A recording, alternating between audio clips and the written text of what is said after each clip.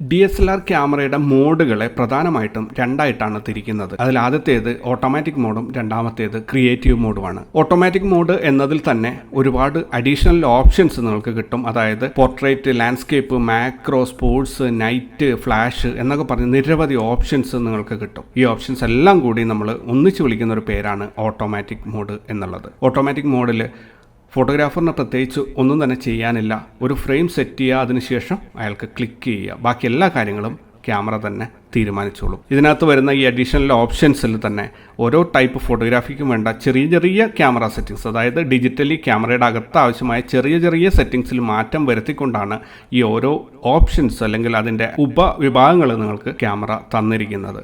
ഇത് ഏതൊക്കെ ചൂസ് ചെയ്ത് കഴിഞ്ഞാലും നിങ്ങൾക്ക് ചലഞ്ചിങ് ആയിട്ടുള്ള ഒരു സിറ്റുവേഷനിൽ നല്ല ഫോട്ടോ കിട്ടും എന്ന് പ്രതീക്ഷിക്കരുത്. നമ്മുടെ ഫോട്ടോഗ്രാഫിയിൽ നമ്മൾ ക്രിയേറ്റീവ് ഫോട്ടോഗ്രാഫിയാണ് ചെയ്യാൻ പോകുന്നത്. അതുകൊണ്ട് തന്നെ ഓട്ടോമാറ്റിക് മോഡിനെ നമ്മൾ ഈ വഴിയിൽ ഉപേക്ഷിച്ചിട്ട് നമ്മൾ ക്രിയേറ്റീവ് മോഡ് എന്ന ഭാഗത്തേക്ക് കടക്കുകയാണ്. നിങ്ങളുടെ സ്ക്രീനിൽ ഇപ്പോൾ കാണുന്ന പച്ച മാർക്ക് ചെയ്തിരിക്കുന്ന ഭാഗമാണ് ഓട്ടോമാറ്റിക് മോഡ്. നിങ്ങളുടെ ക്യാമറയുടെ ഡയൽ ശ്രദ്ധിക്കുക. അപ്പോൾ ഈ കാണുന്ന ഭാഗങ്ങളെല്ലാം കൂടി തന്നെ നമ്മൾ ഓട്ടോമാറ്റിക് മോഡ് എന്ന് പറയുന്നു. ഇനി ചുവന്ന അടയാളപ്പെടുത്തിയിരിക്കുന്ന ഭാഗമാണ് നിങ്ങളുടെ ക്രിയേറ്റീവ് മോഡ്. എന്താണ് ക്രിയേറ്റീവ് മോഡ്?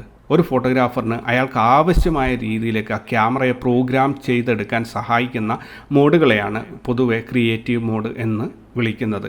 ഒരാൾക്ക് അയാളുടെ അദ്ദേഹത്തിൻ്റെ മനസ്സിലുള്ള ആശയത്തെ പകർത്തിയെടുക്കാൻ വേണ്ട വിധത്തിൽ ഈ ഒരു മോഡുകൾ ഉപയോഗിച്ചിട്ട് ക്യാമറയെ പ്രോഗ്രാം ചെയ്യാം. അപ്പോൾ ഇനി നമുക്ക് ക്രിയേറ്റീവ് മോഡിലുള്ള ഉപവിഭാഗങ്ങളെ വിശദമായി ഒന്ന് ക്രിയേറ്റീവ് മോഡ് പരിശോധിക്കുമ്പോൾ നിങ്ങൾക്ക് അവിടെ 4 ഉപവിഭാഗങ്ങളെ കണ്ടെത്താൻ സാധിക്കും. Manual, aperture value, time value, program mode. അതും അല്ലെങ്കിൽ മറ്റൊരു വിധത്തിൽ പറയുകയാണെങ്കിൽ manual mode, aperture priority mode, shutter priority mode, program mode എന്നിങ്ങനെ 4 വിഭാഗങ്ങളെ നിങ്ങൾക്ക് അവിടെ കണ്ടെത്താൻ സാധിക്കും. എന്താണ് ഈ ഉപവിഭാഗങ്ങൾ? ഈ ഉപവിഭാഗങ്ങൾ ഇങ്ങനെ ഡിവൈഡ് ചെയ്തിരിക്കുന്നത് ഫോട്ടോഗ്രാഫറിനെ സഹായിക്കാൻ വേണ്ടിയിട്ടാണ്.